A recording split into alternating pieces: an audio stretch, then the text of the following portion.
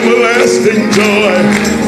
Oh, and gladness in their hearts. And in this army I have got it. I'm so glad today God's got it. He's got it marching through. Oh, hallelujah, now God's got an army marching through. No deliverance is, oh, with healing in everlasting joy. Oh, and gladness in their hearts, and in this army I have got a hope. Welcome again to Bishop Lopez Crash Course on Homiletics. And we are now on Lesson 2 or Module 2. And napaganda po ng ating pag-aaralan. I-discuss, tatalakayin sa umaga ito. Divine Calling of the Preacher. Ang makalangit, nagmumula sa langit na pagkatawag sa mga preacher o sa mga mangaral natin. This course on homiletics na pinasimulan natin last Friday morning.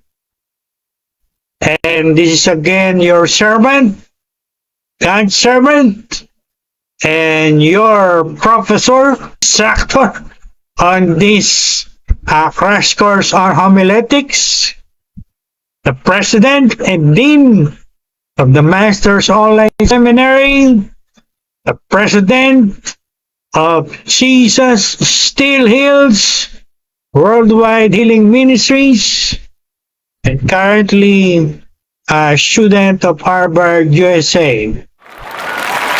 Bishop Dr. James Lopez.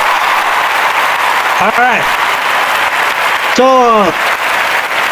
let's dive into this very interesting lesson or module on homiletics. And again, if you are new to our YouTube channel, I want you to click right now the red subscribe button and click subscribe and notification bell, so every time we upload new videos you will be notified right away. And follow me in TikTok, in Twitter, in Facebook, Instagram, and all of our social media platforms. Sa description po ng video ito ang lahat ng yan. Alright?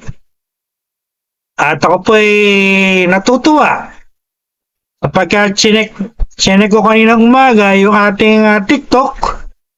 Wow! Daang-daan!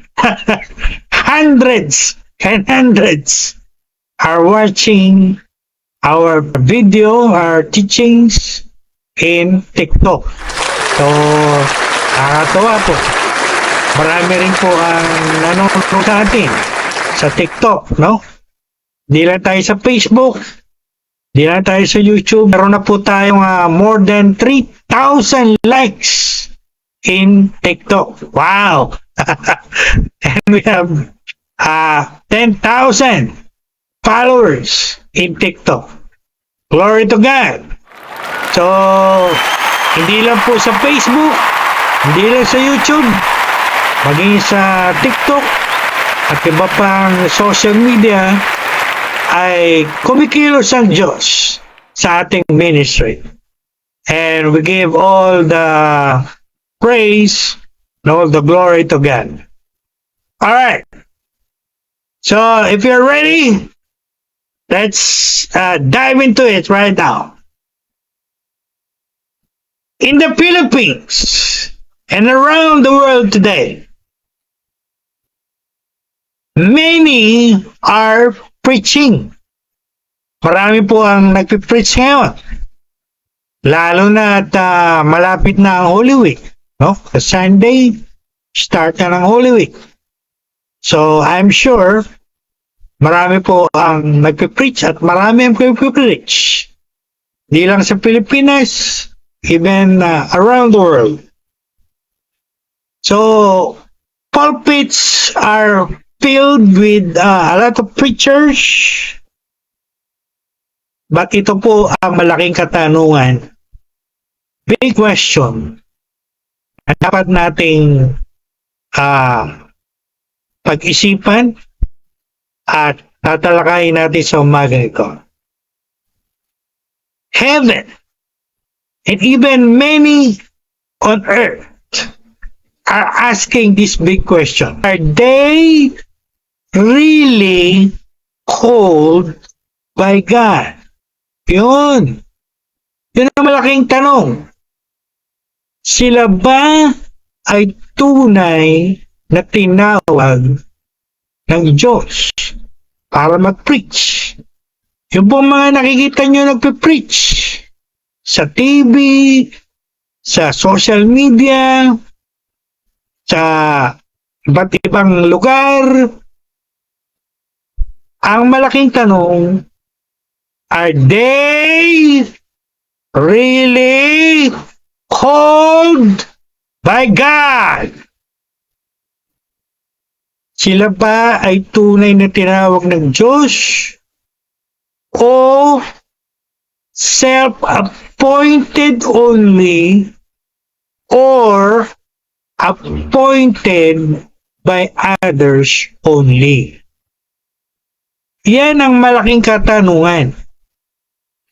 Yang bang mga nagpipreach na yan, na nakikita natin sa social media, sa TV, sa iba't ibang lugar sa Pilipinas at sa buong mundo, sa maraming churches, sa maraming ministries, the big question is, are they really called by God?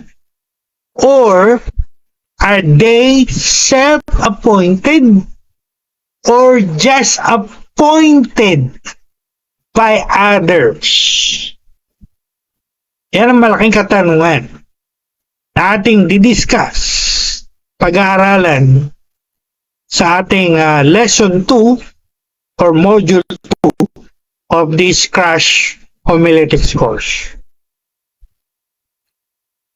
Many of them are self-appointed. Marami po sa kanila, in-appoint lang na kanilang mga sarili. Wala talagang calling mula kay Lord. Malamang na-inspired sila, great preachers, na mga great public speakers, na nakita nila. At yung iba, appointed or pushed into the ministry only by others. Kumbaga, in-appoint lang ng iba. Natulak lang, ng iba. O sinabihan lang, o inutusan lang na kanilang mga pastor, na kanilang mga leaders, na mag-preach sapagkat kulang ng preacher sa kanilang mga churches and ministries. So, whether you accept it or not, whether you believe it or not, yan po ang katotohanan. That is the facts in the ministry, in many churches, in the Philippines and around the world. Many are preaching, but not really called by God. They're just appointed by others or appointed by themselves. And the danger is this. You can have a pulpit, you can have a microphone, you can have a platform, you can have a church to preach in, You can have a title, you can have followers, and still don't have God's calling on your life or on your ministry. Possible po yun. And as I said, that is happening nowadays.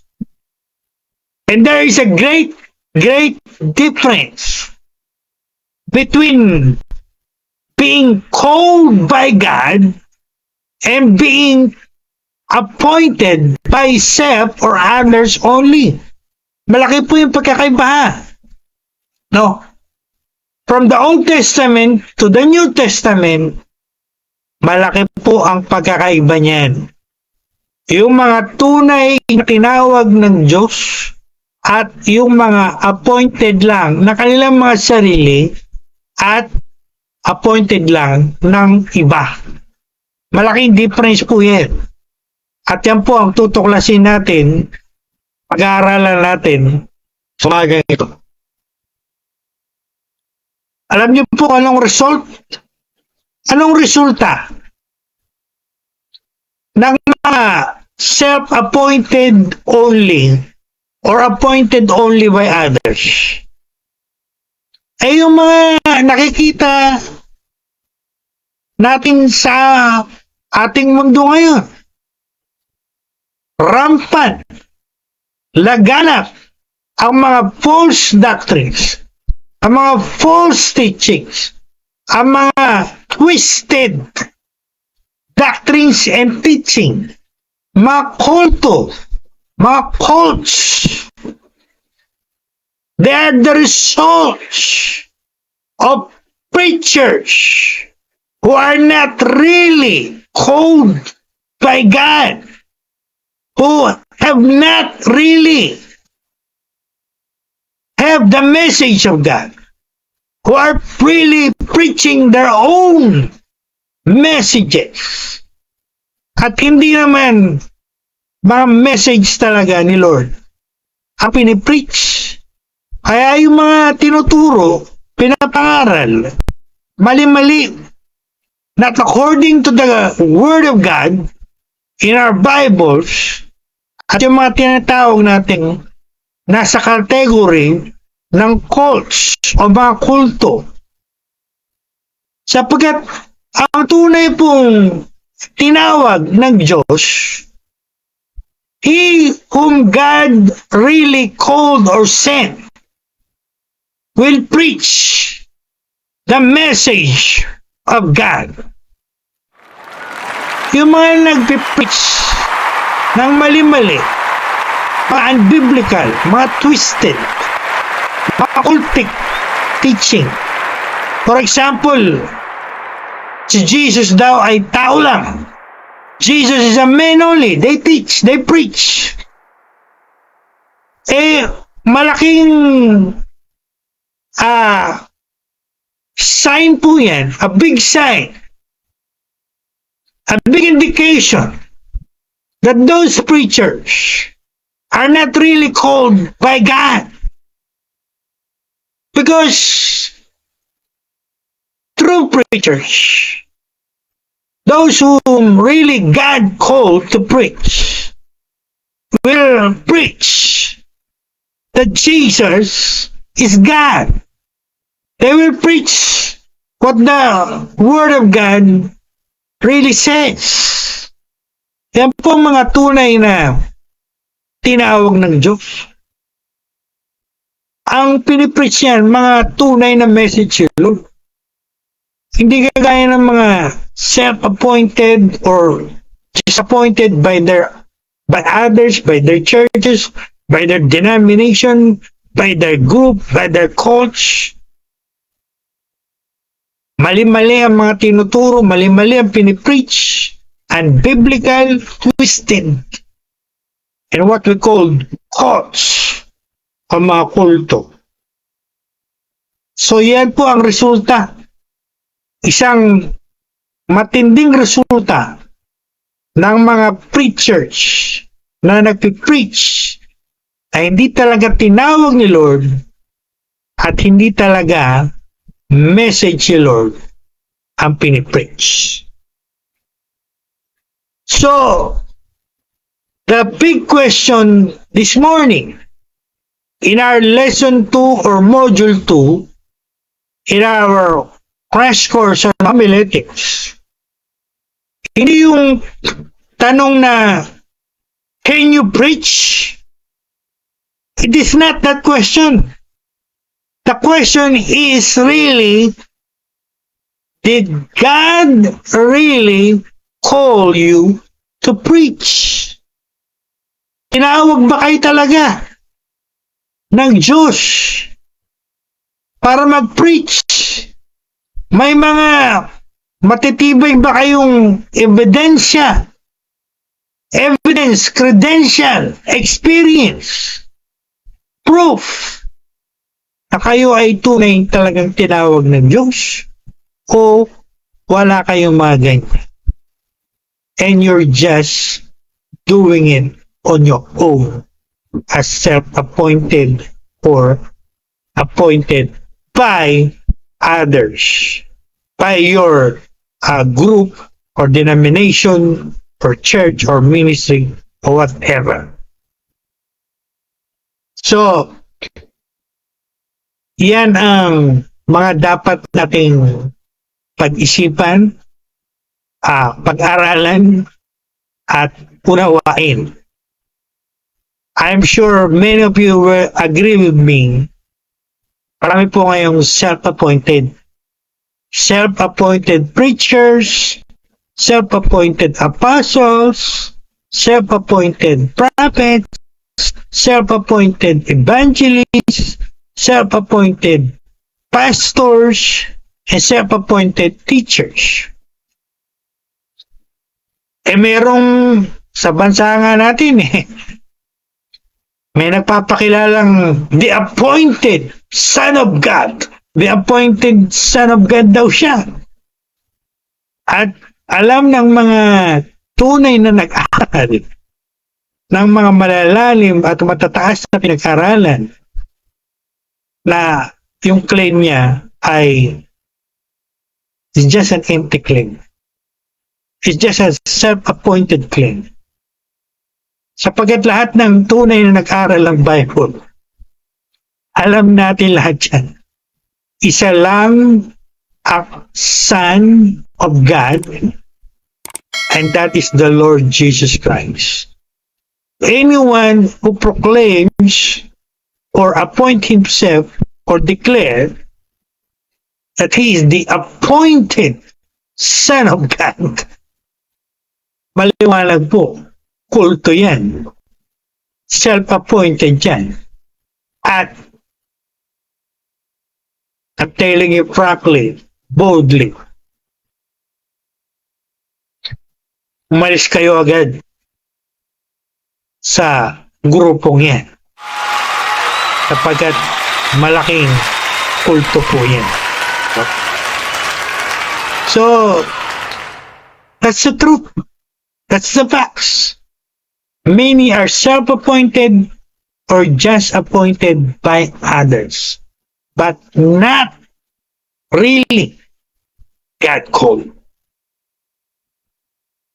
Something to think about again as we discuss lesson 2 or module 2 in our crash homiletics course. Dapat po lahat tayo nagsa-self-examine ang ating mga sarili. Ako, gumawa ko ulit ng self-examination. Am I really called by God to preach? Am I really called by God? Tinawag ba talaga ako ni Lord? O ina-appoint ko lang yung sarili ko dahil gusto ko? Dahil may ambition ako? Dahil gusto kong kilala ako ng mga tao? O nilagay lang ako ng iba? Inappoint lang ako ng pastor ko? Ha?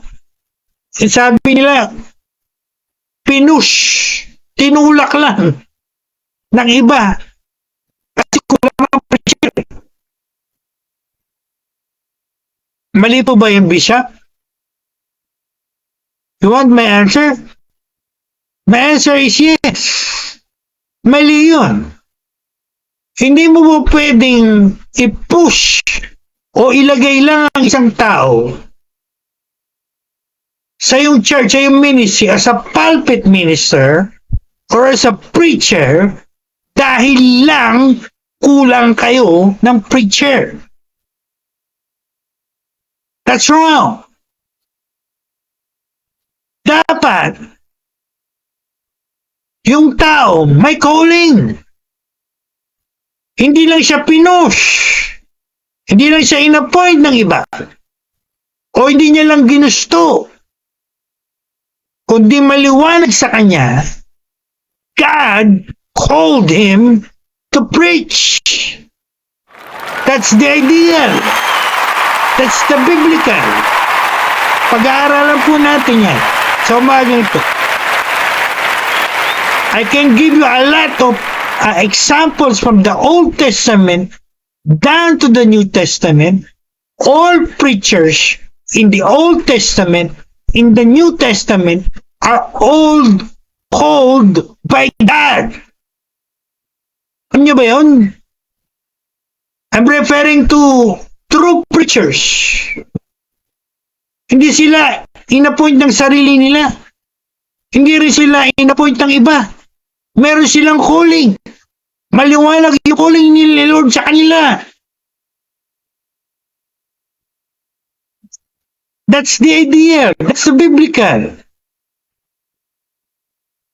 So sa lahat ng pastor, sa lahat ng senior pastor, lahat ng senior ministers, and even bishop, I don't care who you are. Kung naglagay lang kayo ng mga preachers sa mga churches nyo, as pulpit ministers, as preachers, dahil kulang kayo sa mga preachers, kulang kayo sa mga workers, pero wala namang calling yung tao, so anong lalabas? Pinush nyo lang, tinulak nyo lang, in-appoint nyo lang, pero yung tao, maliwanag sa kanya, walang calling wala siyang calling to preach. And yet, he's doing something na wala naman siya talagang calling.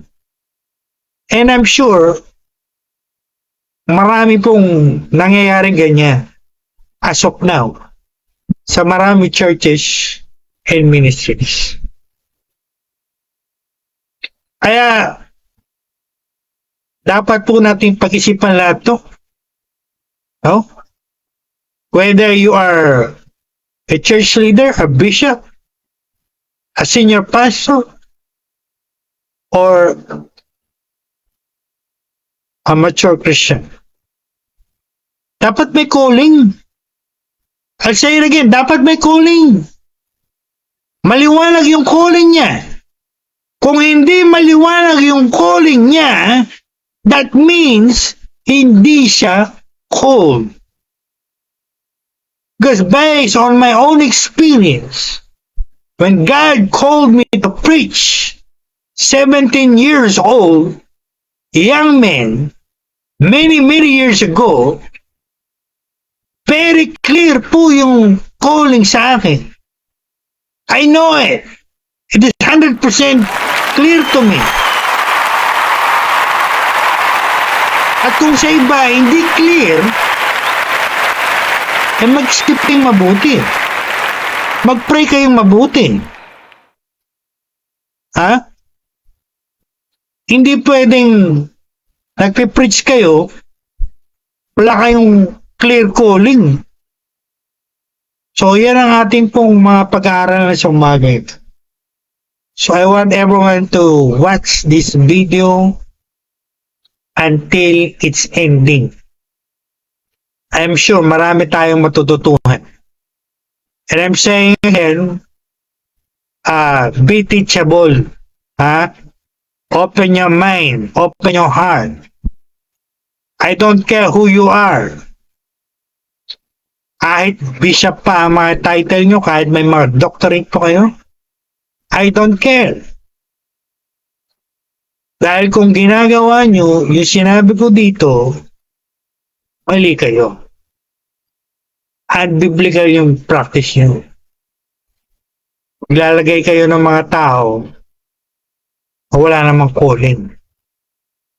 You're just pushing them without a clear calling. And strictly speaking, that is wrong. That is not biblical. Alright. So, first, let's define divine calling. The definition of divine calling. I want everyone to listen very carefully.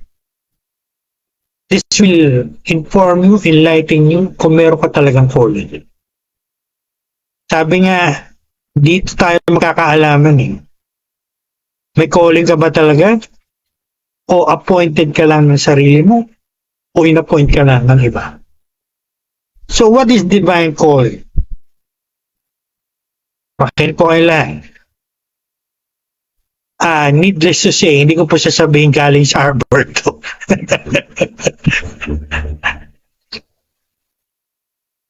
Baka makisabihin ko sa inyo, galing sa Harvard Divinity School to eh. Magulat kayo lahat, basya kayo lahat. I'm not saying that. But I want everyone to listen carefully. This is the definition.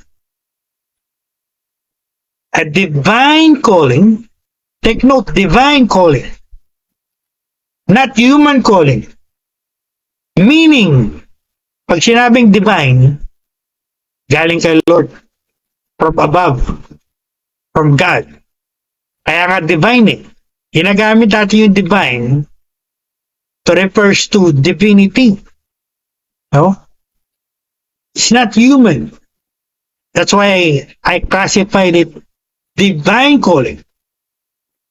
A divine calling is a God-initiated experience.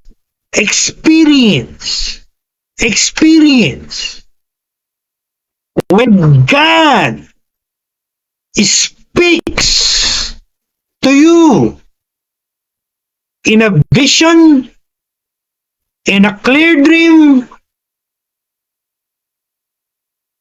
by inward voice, by an audible voice, at iba pang paraan na ginagamit ni Lord to communicate to His people. Like inward voice or inward witness. Nakasulat po yan sa Book of Romans. The Spirit Himself witness in our spirits. Diyan natin kinuha yung tinasabi nating inward witness. Merong patotoo. Maliwanag na patotoo. Maliwanag na inward conviction. Conviction inside of you, in your spirit, given by the Holy Spirit in you, that God called you or is calling you to preach His word, His message in the ministry. So again, I'll repeat it for everyone. It is a God-initiated, hindi to human-initiated. Hindi kayo ang nag-initiate ito. Initiated ito by God. God Himself did it. Initiated it. Pagkaralan niyo po lahat ng tunay na preacher sa Old Testament, from Abraham to Moses, down to the prophets, then to the New Testament, to John the Baptist, to the Lord Jesus Christ, to the apostles, and down church history, may mga maliliwanag pong calling yan. They are really called by God, not appointed by themselves, or are just appointed by others. It is a God-initiated experience. Karanasan. Naranasan mo. Alala ko tuloy yung aking mentor, the late Dr. Morris Cerullo. He will always say and teach, God will give you an experience before He used you, before He sent you. Experience. Tingnan niyo si Abraham. Tingnan niyo si Moses. Tingnan niyo si Isaiah. Tingnan niyo yung mga prophets. Tingnan niyo si John the Baptist. Tingnan niyo yung mga apostol. Si Paul. His experience on the road to Damascus. Si Peter. When he encountered Christ. At iba pa. Meron po silang mga experiences na binigay, initiated by God Himself, and they did not decide on their own that one day they will preach. God called them and told them to preach. At maliwanag sa kanila, God spoke to them in different ways. So kung wala kayo niyan, kung wala kayo nito, alam niyo na sagot. I don't want to be harsh to others who are now preaching, pero dapat maliwanag sa atin to. Dapat called kayo. Hindi dahil gusto nyo lang. Hindi dahil gusto nyo lang. O hindi dahil gusto lang ng magulang nyo. O hindi dahil lang gusto ng pamilya nyo. O hindi dahil gusto ng mga senior pastor o leaders sa church. Gusto ko yung mag-preach. Gusto ko yung maging preacher. Gusto ko yung isa sa maging preacher natin. And yet, yung tao, walang maliwanag sa kanya na calling siya.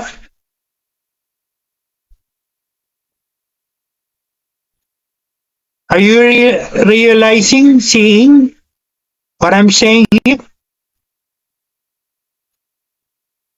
Dadating po tayo dyan sa tinatawag na confirmation. I-discuss natin yan this morning before we end. But they just confirm. The calling is between God and the person.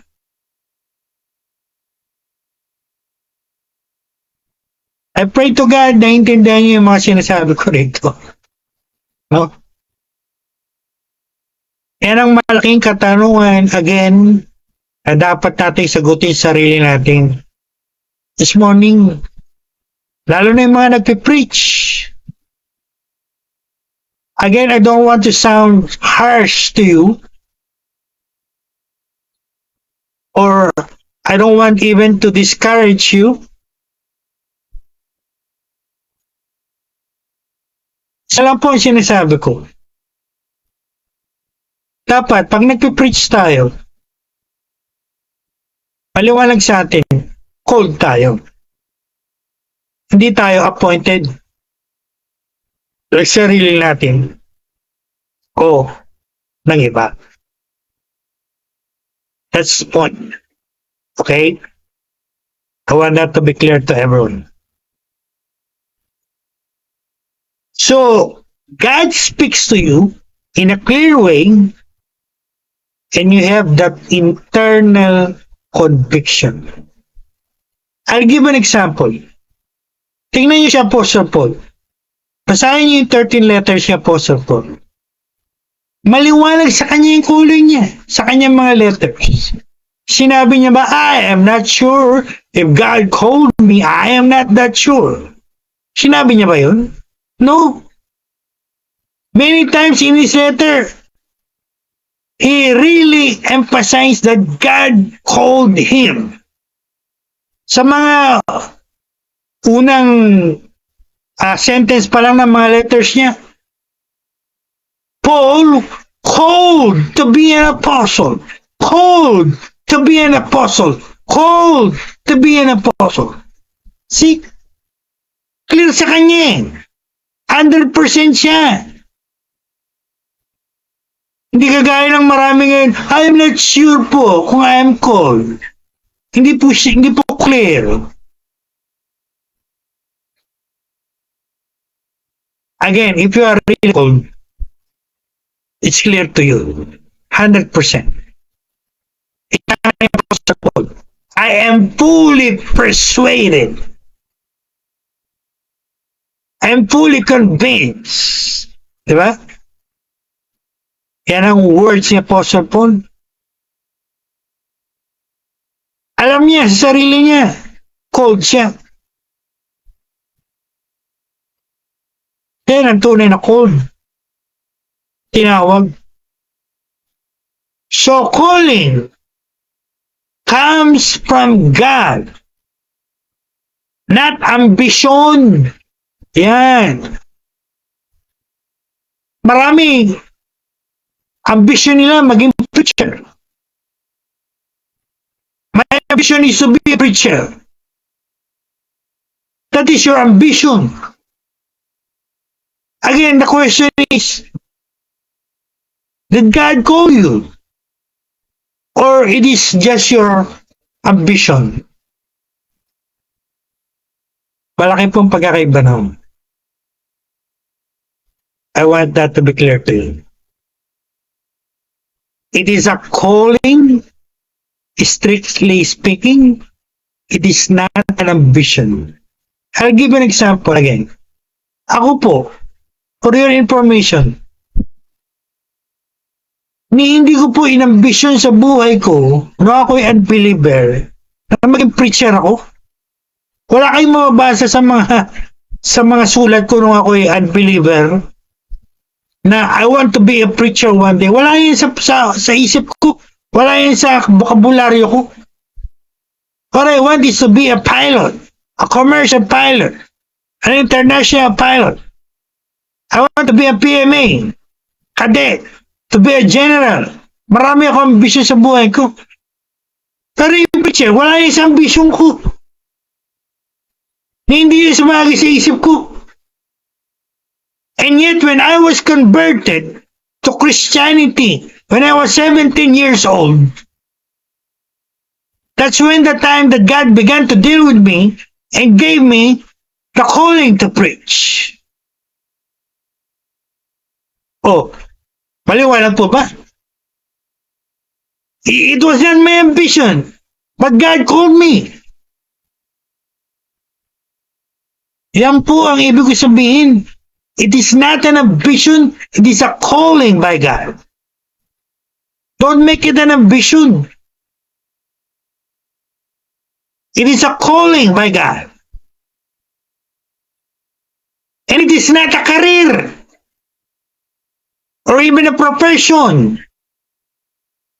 Iba, tingin, career ko po yan, profession ko po yan. It is a commission. Kinommission ka ni Lord.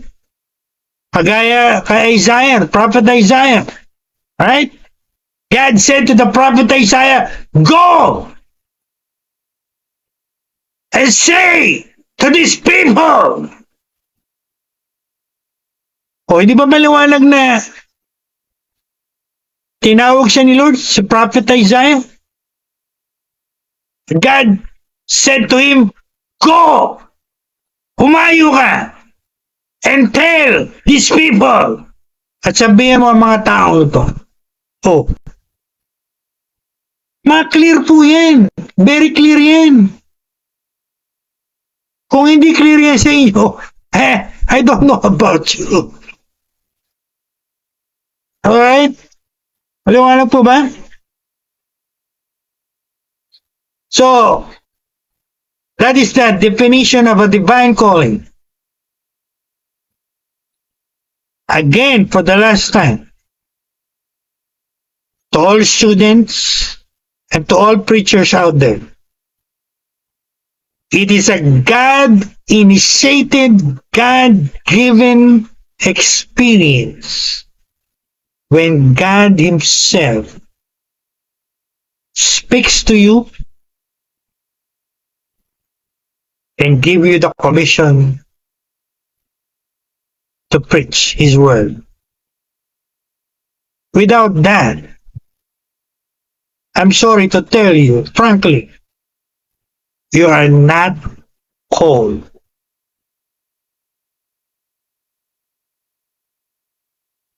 So, how you gonna know if you are truly called? How?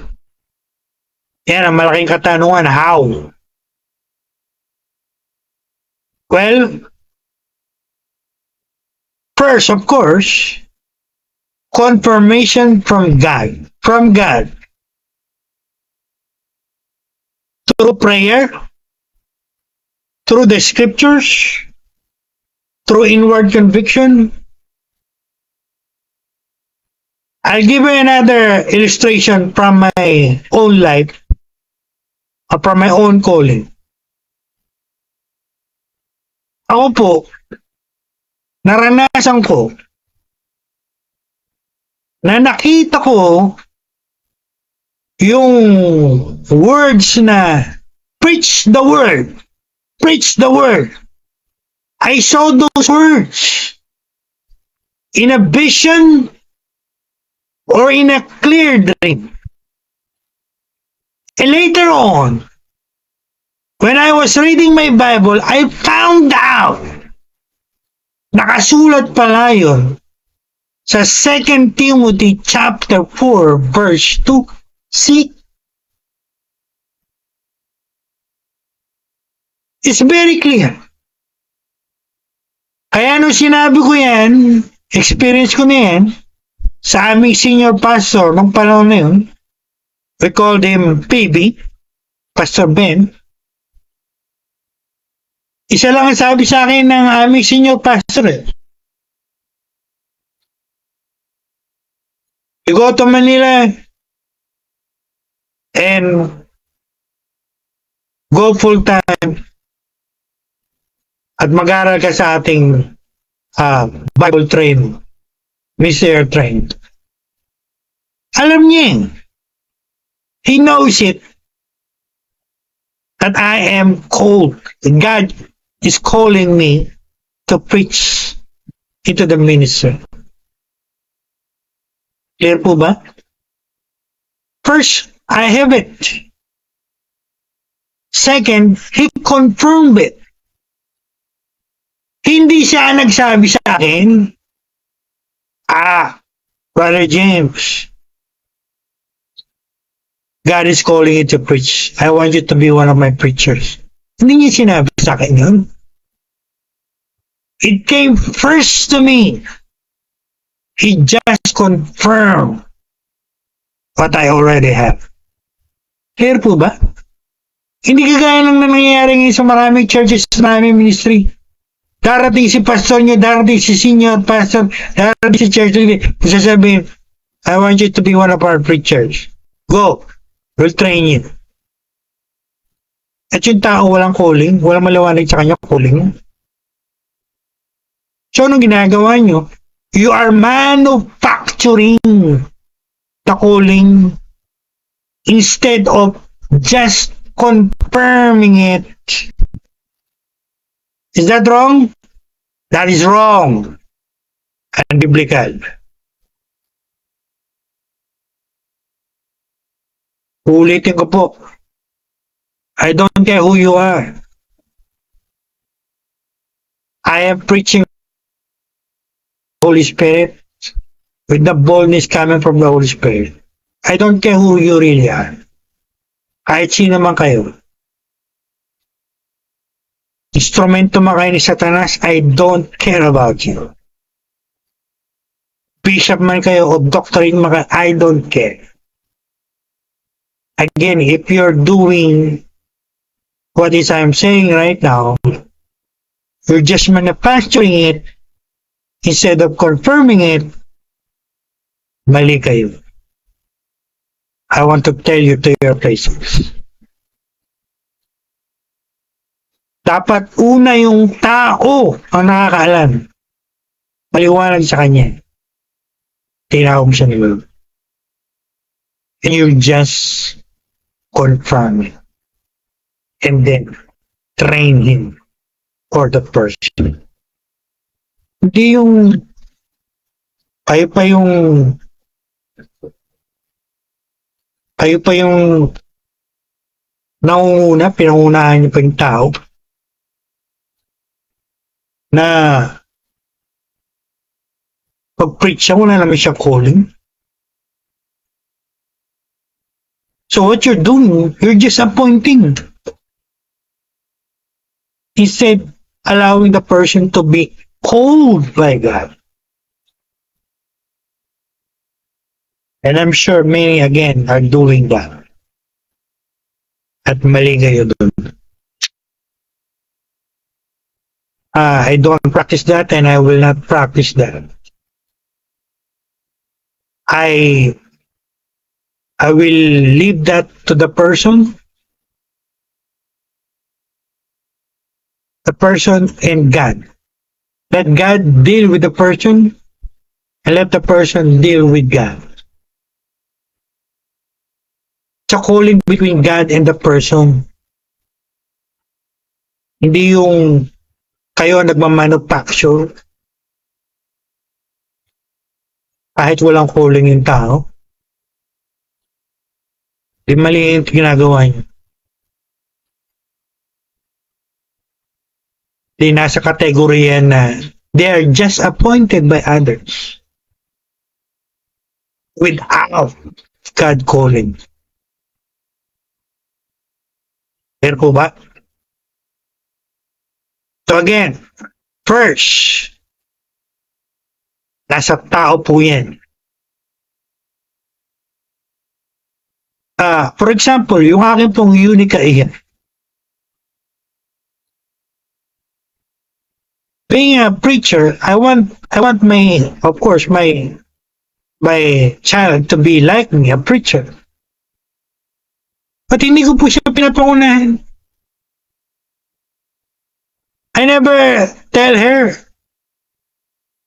I just pray for her na she will come to the place when very clear sa kanya God is calling her to preach in the ministry. Because I know it's between God and the person. Hindi yung minamanufacture. Yung calling ng iba.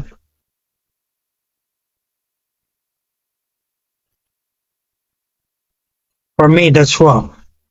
Again, ano po ang dapat gawin ng iba? Ang mga church leaders, mga pastor, mga senior. Just to confirm. Confirm lang what they already have inside of them. Mature believers recognize the calling. Para-recognize po yan ng mga leaders, no? Kagaya ng kwento ko sa inyo, yung istorya ko, kinonfirm ni PB, ni Pastor Ben, ni senior minister namin. At hindi lang siya nag-confirm, nung ako po ay nasa Manila na at marami na akong ministry, marami na akong churches na napuntahan. Whether Americans or foreigners or Filipino church leaders or ministry leaders will confirm it. Reverend Lopez, we sense God's calling on your life. Even in my ordination, foreigner, think it was an American, present during my ordination, confirm it. He said, I sense God's calling on the life of that person, of that minister. Ang sabi nung nag-ordain sa akin, yes, that's why we ordain him. Oh, see? That's why we ordain him, because we sense, we confirm, we're confirming his calling that he received before. But they did not push me. They did not manufacture calling on my life. They just confirmed it. Clear po ba? Kaya, that goes to all, whether you are church leaders or senior pastors or whoever you are. Again, confirm nyo lang po.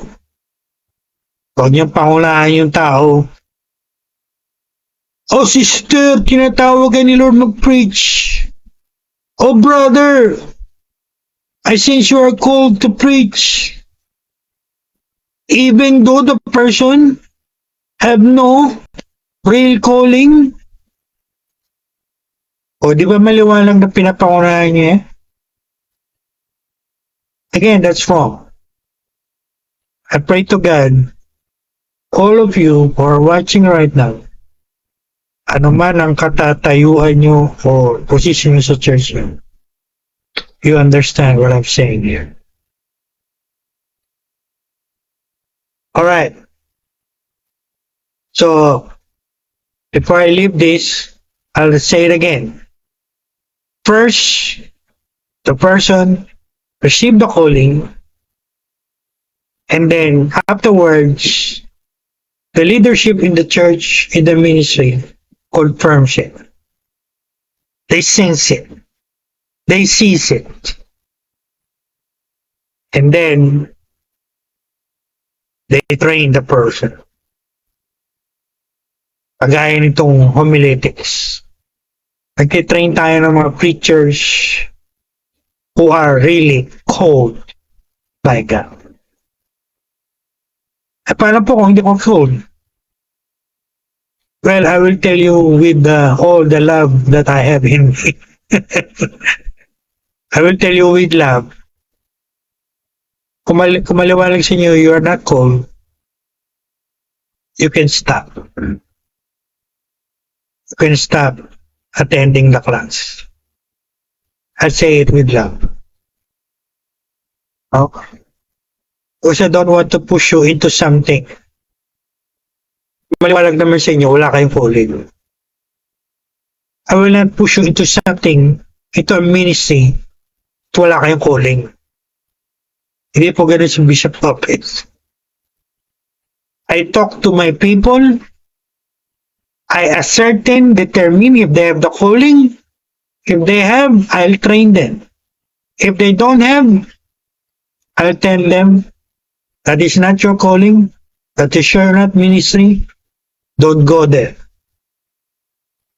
Ito po tama. Yun yung biblical. Di yung dahil lang kailangan nyo ng mga tao, kailangan nyo ng mga preacher, kailangan nyo ng mga o ano-ano pa, tinutulak nyo yung mga tao. Marami ako naririnig na ng ganyan. Pinapatayo sa harap. Wala namang calling. Wala namang magandang testimony. Pinapatayo sa harap. Again, mali po kayo. I'm telling you frankly. Kung ako senior pastor nyo, kahit ako na lagi ang tumayo sa harapan, I'll do it. Kaysa magpatayo ako ng isa sa harapan na alam ko wala talagang calling at hindi naman talaga dapat tumatayo sa harapan. Clear po ba? Now, let's go to the testing of the calling. Ang tunay pong tinawag ni Lord, dumaraan po yan sa test. Maraming testing yan. No? You'll go through a lot of testing, a lot of trials. Calling is proven through trials and tests. I'll give you another example, biblical example. Tingnan niyo po si Jonah. Si Jonah, yung kinain ng whale, ng big fish. Tingnan niyo siya. Maliwanag, tinawag siya ni Lord. Kinumission siya ni Lord. Jonah, I want you to go to this city and I want you to preach. Oh, clear yung calling niya, right? Pero nung ginawa ni Jonah, he ran away from the calling. He tried to run away from the calling. Hanggang sa magka-discuss siya. Papunta siya sa mga storms. O tanong, was he able to run from the calling of God? No. Na-test ba yung calling niya? Yes. Sa dami-dami ng bagyo na dumating sa buhay niya, na-test yung calling niya, at ang happy ending, alam natin lahat, yung story ni John. O di wala siyang choice, wala siyang option. Balik siya sa calling ni Lord. Diba? Punta siya sa Nineveh at nag-preach siya according to God's calling on his life. At alam natin yung result. Karoon ng great revival in the city of Nineveh, the capital of the Assyrian Empire. Assyrian Empire during those ancient times. Thousands and thousands and thousands were won to God. Why? It was called, tinawag siya ni Lord eh.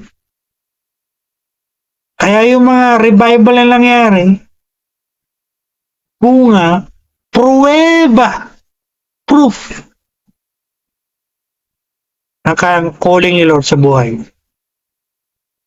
See?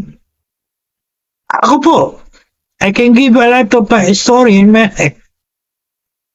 Marami po akong pinagdaan ng tests and trials. No? But again and again and again and again and again and again and again, I cannot run away from my calling. Kahit ako'y nag-work sa corporate world, sa company, the calling of God will always be there. I cannot run away from it.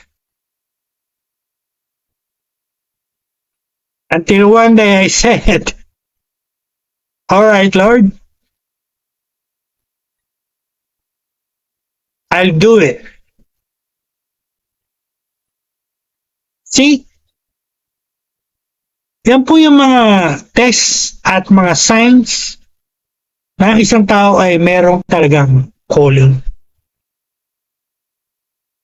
Alam mo ba?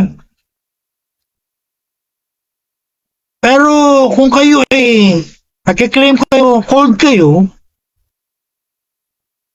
tapos magkaroon lang kayo ng pagsubok, financial, iniwanan nyo agad yung calling nyo, at ngayon nagtatrabaho na lang kayo sa secular work, ang tanong, are you really called or not? My answer? No. Madali yung naiwanan eh. Madali yung iniwan. Ang tunay pong tinawag, hindi ganyan kadali yan. Again, it will run after you. It will pursue you wherever you are.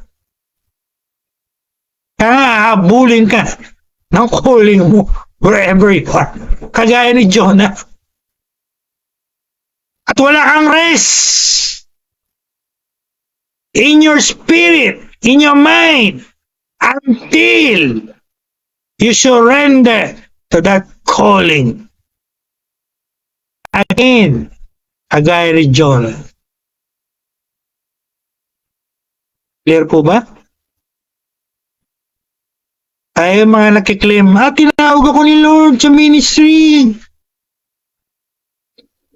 Pero dumaan lang sa pagsubok ng pinansyal, iniwanan na. O ngayon, ano na sila? Ano na sila ngayon? Wala sa ministry. Nasa mga secular work. Nasa mga corporate. Nasa mga company. Ano na nangyari sa calling na kiniklaim nila? Wala eh. See? Kung kayo po ay tunay na tinawag, tandaan niyo po yung mga sinabi ko kanina. Alright? So, merong testing, merong fruit. Lives are impacted, transformed, when you do your calling. At marami po ako niyan. Hindi ko na po isa-isa eh. Sabihin nyo masyadong mayabang si Bishop Lopez. At I have a lot of it. Alright? Kung makikita nyo po yung track record ko as an evangelist, as a pastor, as a teacher,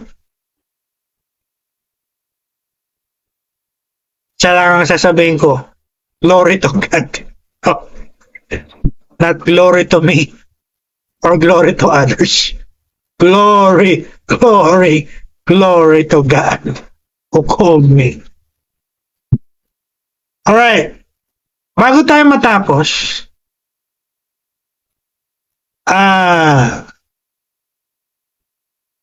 may mga warning po.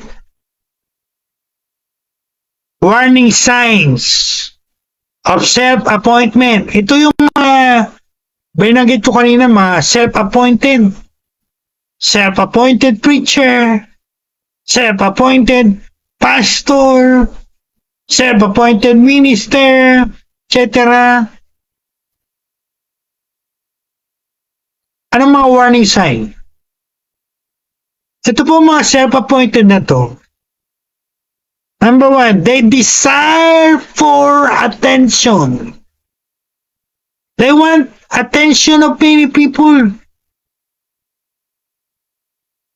Gusto nilang mapansin.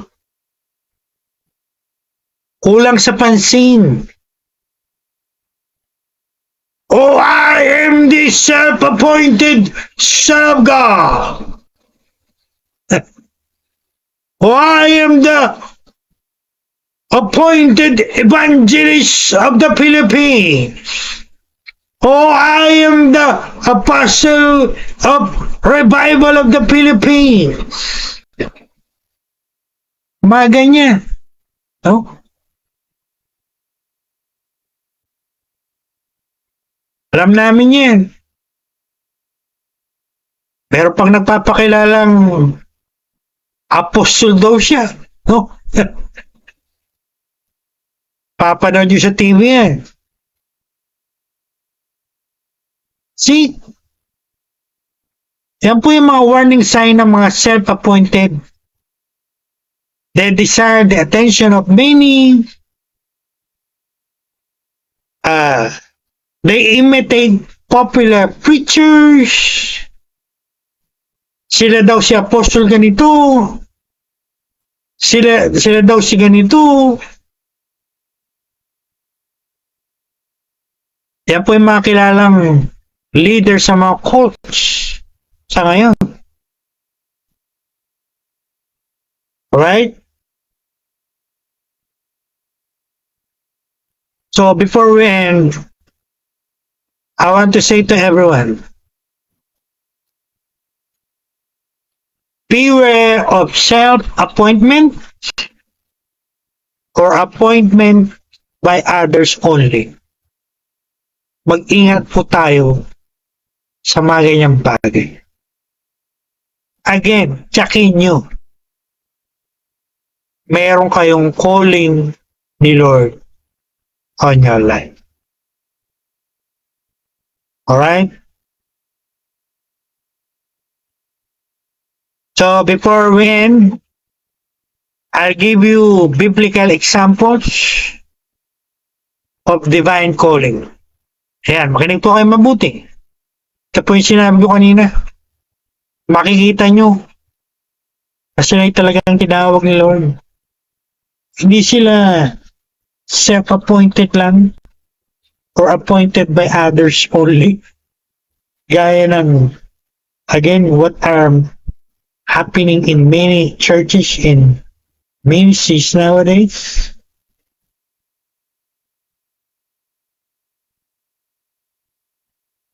O kayo magagalit sa akin? Mahal kayo ng Bishop Lopez. Ika nga nila minsan masakit tanggapin ang katotohanan eh. It's hard to accept the truth. If you're not ready for the truth, if you're ready for the truth, you can take the truth. Alright?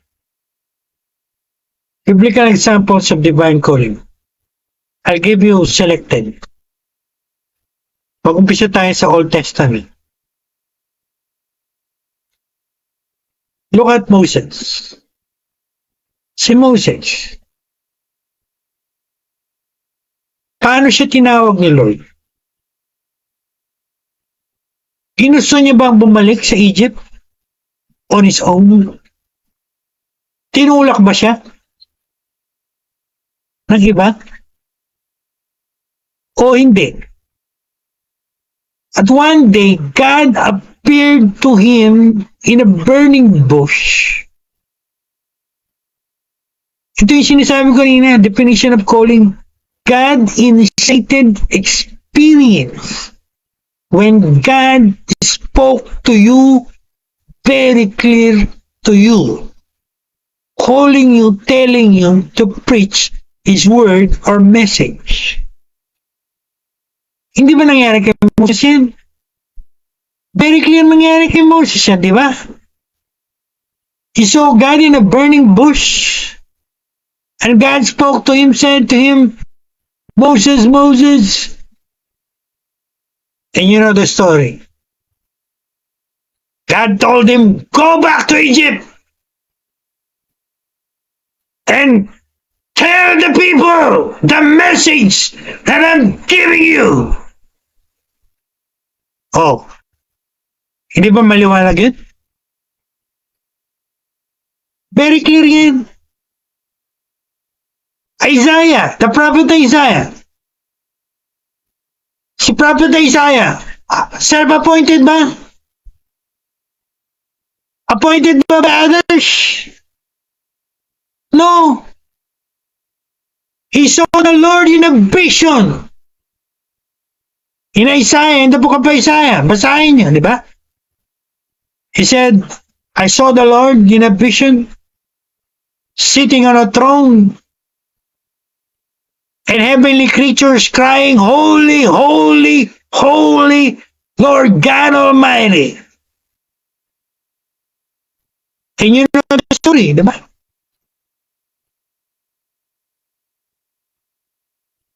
Ano sabi ni Lord sa kanya? Whom will I send? Sinong susuguin nan? Plural po yun in Hebrew. And in the case of Trinity in the in the Old Testament, who will go for us? O, ano sabi niya? Here I am, Lord. Send me. Ano sabi ni Lord sa kanya? Go and tell these people. Hindi ba maliwanag yung calling ni Lord sa kanila? At iba pa, John the Baptist. Si John the Baptist ba self-appointed? Pushed by others into the ministry? O God called him? God called him. Bata pa nga lang siya Nasa sinapupunan pa lang siya ng mother niya. Tinawag na siya ni Lord. Like the Apostle Paul. Meron ba mga ganun, Bishop? Yes. Nasa tiyan pa lang sila ng mga mother nila. Meron ng calling si Lord sa buhay nila. Na one day, paglaki nila, pag mature nila, they will enter into the ministry of the glory of God. Like John the Baptist, like the Apostle Paul. Babasa niyo sa letter ni Paul. Sabi niya, whom God called me from the womb, like the prophet Jeremiah. Diba? Sa Jeremiah, mababasa niyo. From the womb, I called you to be a prophet to the nations. Oh, hindi ba maliwanag yung sinasabi ko po? Hindi ba maliwanag? God initiated all of it. Si Peter, Apostle Peter, one day ba nag-decide si Peter, I'll preach. I'll preach because I want to preach. Ganun ba yung story ni Apostle Peter? No. God called them, di ba? One day, in the Sea of Galilee, the Lord said to them, follow me. I'll make you fishers of men. Hindi ba clear ang calling ni Lord? It's a God-initiated experience when God speaks or convicts you to preach His word. And I can give you many more examples. Si Paul, bago tayo magtapos, siya po si Paul. Ginusto ba ni Paul mag-preach? Persecutor nga siya. He doesn't want anything to do with Jesus of Nazareth. He was a Pharisee, a scribe, a student of the number one Rabbi Gamaliel. He persecuted those who are following Jesus of Nazareth. But one day, on the road to the Damascus, meron siyang mga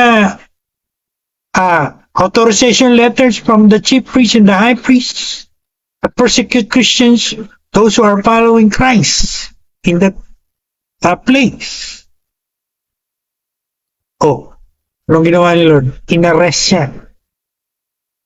Nagpakita sa kanya and called him into the ministry.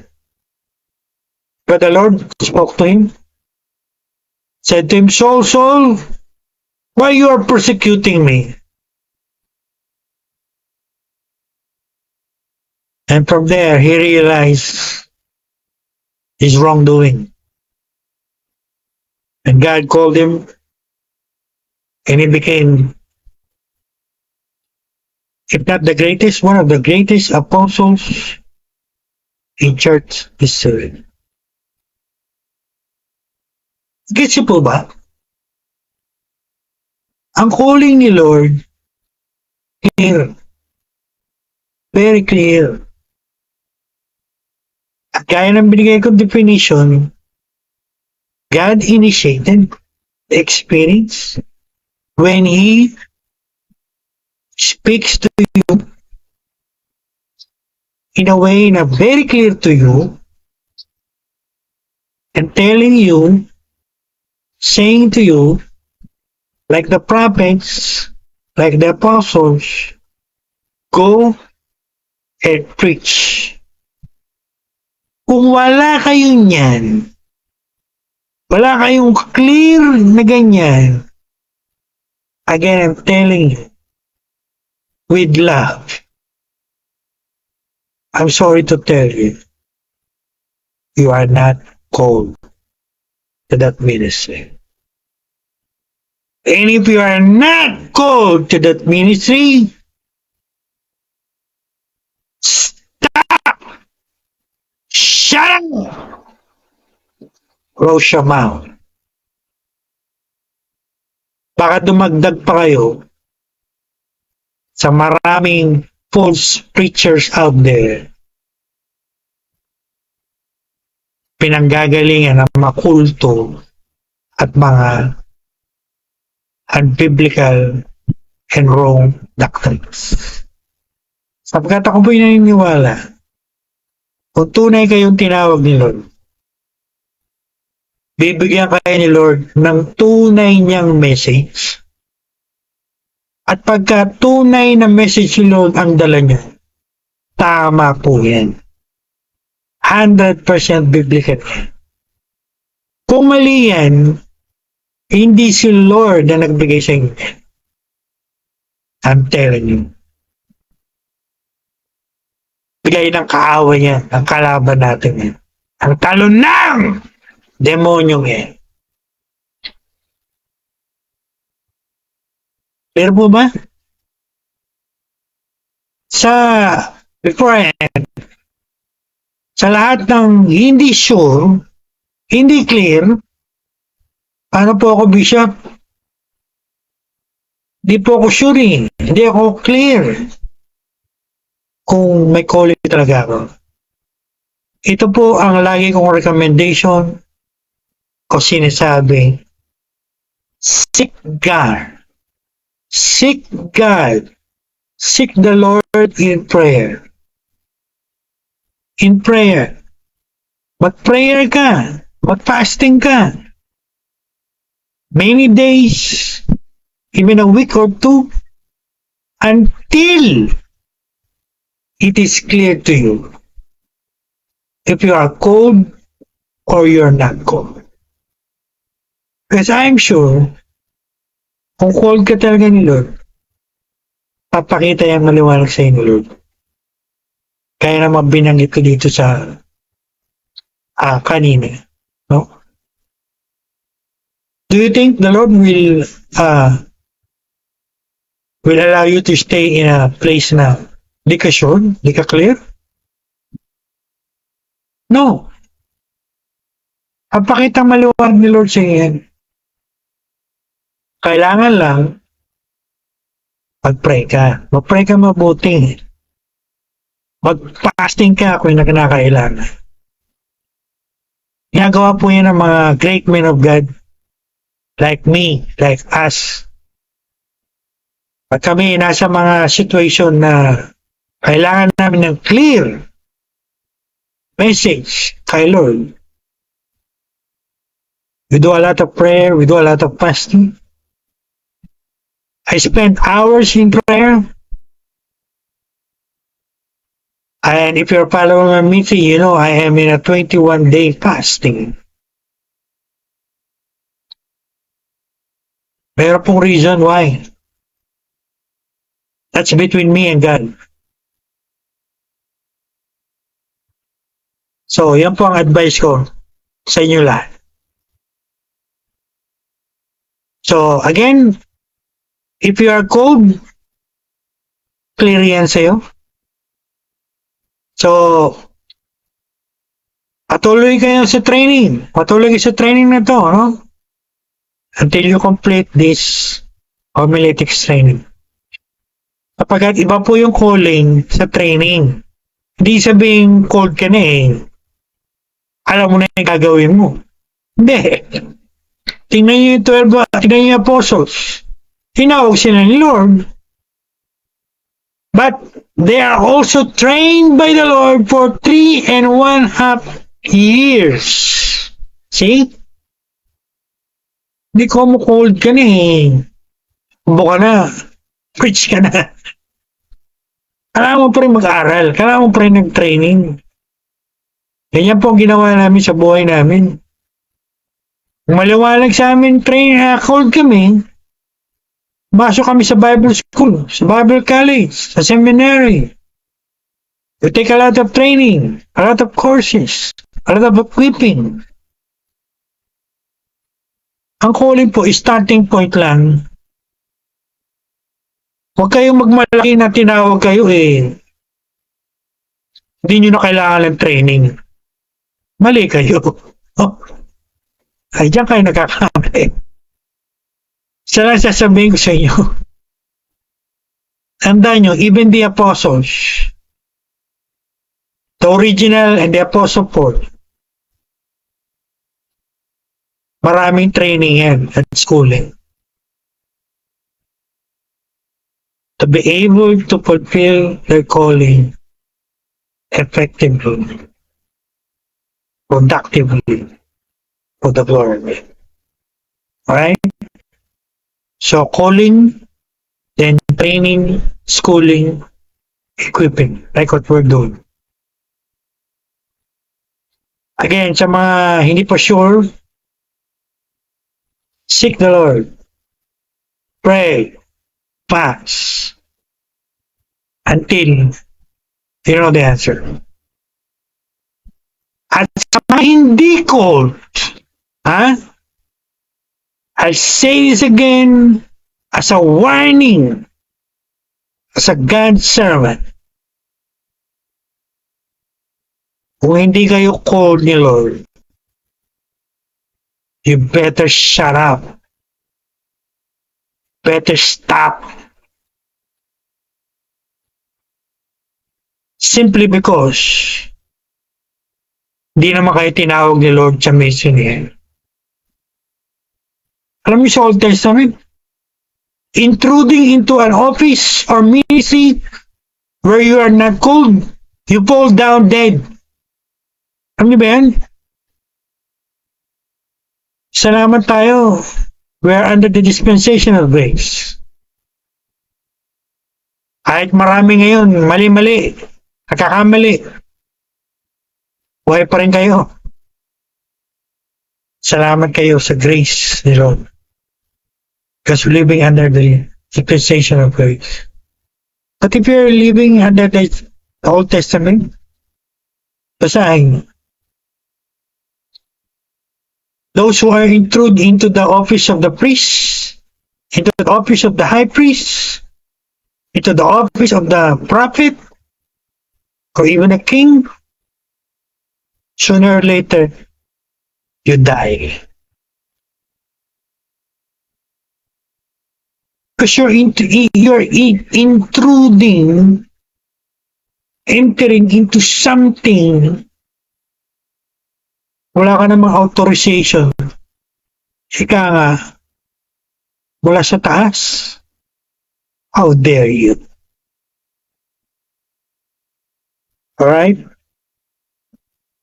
So, my conclusion, sa aking all my beloved students right now who are watching and will watch this video, I don't want to sound harsh or judgmental or discourage you. But I know I have to ask you this question. Why do you want to preach? Why do you want to teach?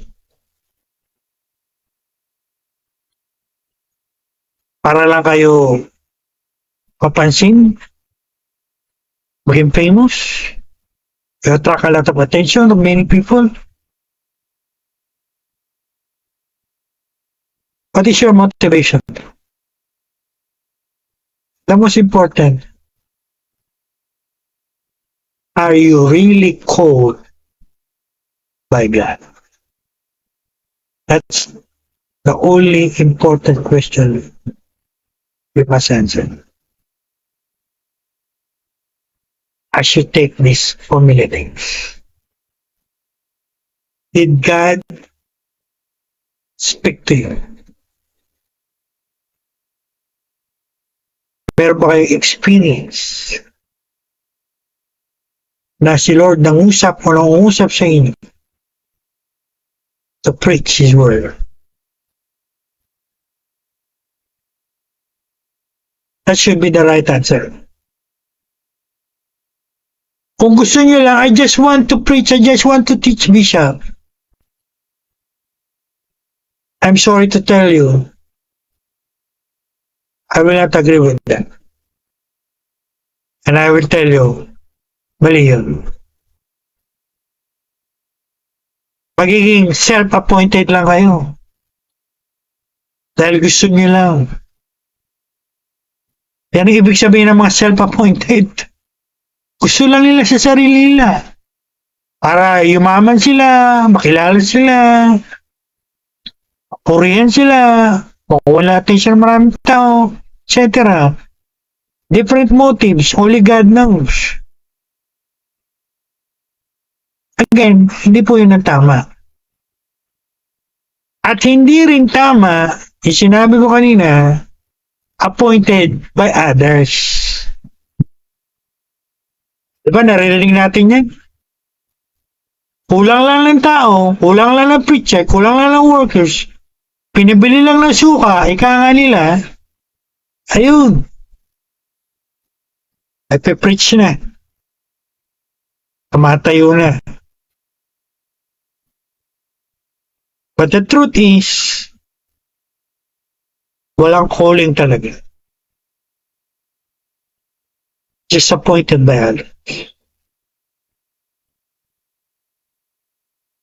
So, iwan ko po yan sa inyo lahat. I want everyone to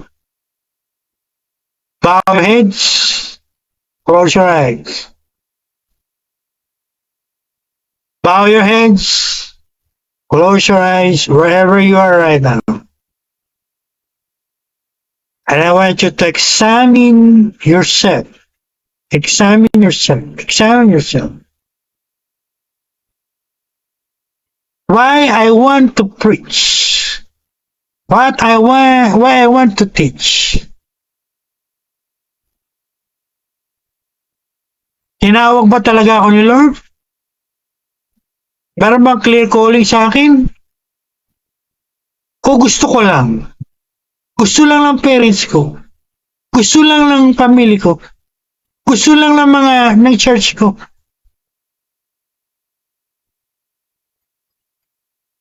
Arinig niyo po yung ating pinag-aralan this morning.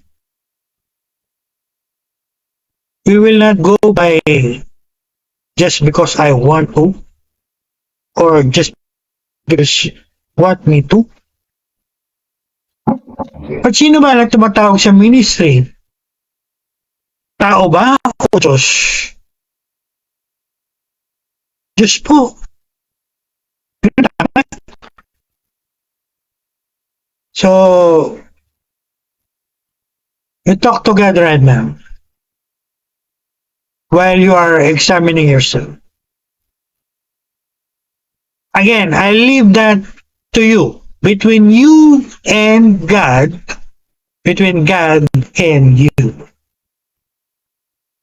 Pagkat yun po ang 100% biblical. Alright?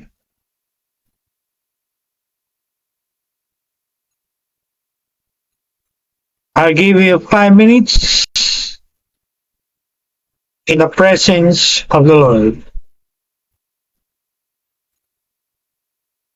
As Father in heaven. As Father in heaven. As Father in heaven. Yes, Lord Jesus. Yes, Lord Jesus. Yes, Lord Jesus. Yes, Holy Spirit. Yes, Holy Spirit of God. Holy Spirit of God. Thank you, Lord, for a wonderful lesson we discussed this morning in our lesson 2, module 2 of this homiletics crash course. Maraming salamat, Lord, sa lahat ng tinuro mo sa amin.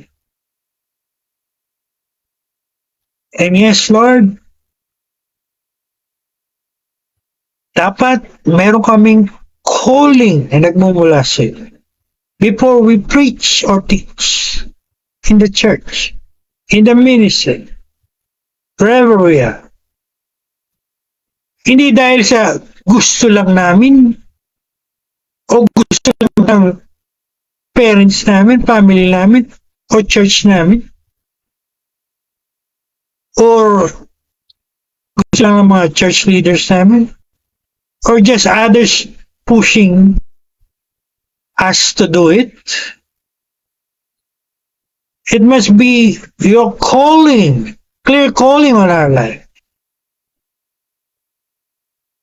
I pray, Lord, that you will use this mightily and bless this abundantly and speak to all who are watching and will watch this video. At pinagkakatiwala po namin ang lahat sa iyo, Lord. Those who are really called, let them continue in the training, in the equipping. Those who are not yet sure, tulungan mo sila, Lord, and they seek you in prayer, in fasting, until it is clear to them 100%. I also pray for those who are not yet really called. Hindi talaga tinawag na Lord. Hindi mo talaga tinawag mag-preach, but they're doing it on their own. Or you're gonna deal with these people, you're gonna deal with them, you're gonna show to them their wrongdoing, and I pray one day they will stop, they will shut up, at huwag na silang dumagdag sa maraming kulto, maraming aral at biblical and twisted teaching na napakarami ngayon sa aming bansang Pilipinas sa buong. Because of these people who are not really called by you to preach your word. Ito po ang aming prayer this morning. Faith believing. God down.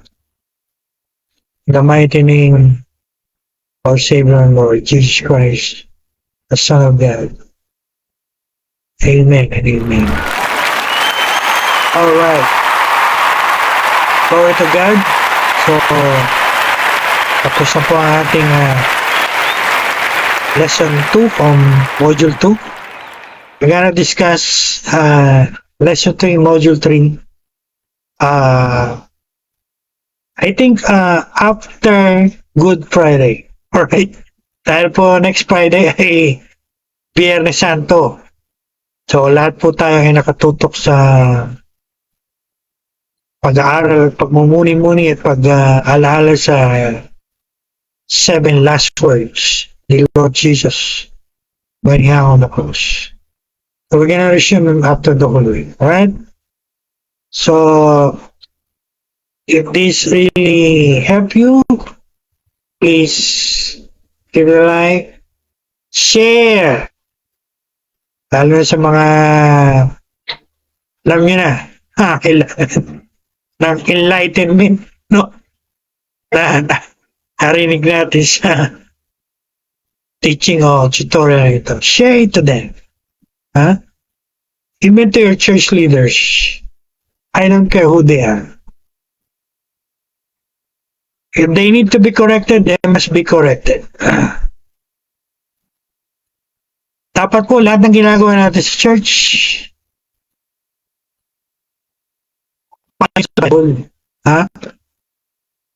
Di lang sa gusto nyo o gusto ng iba. Hindi umaayon sa Bible. Biblical po tayo dito. Right? And thanks to all who watch this video.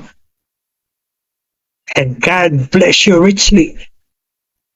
In the mighty name of the Lord Jesus Christ.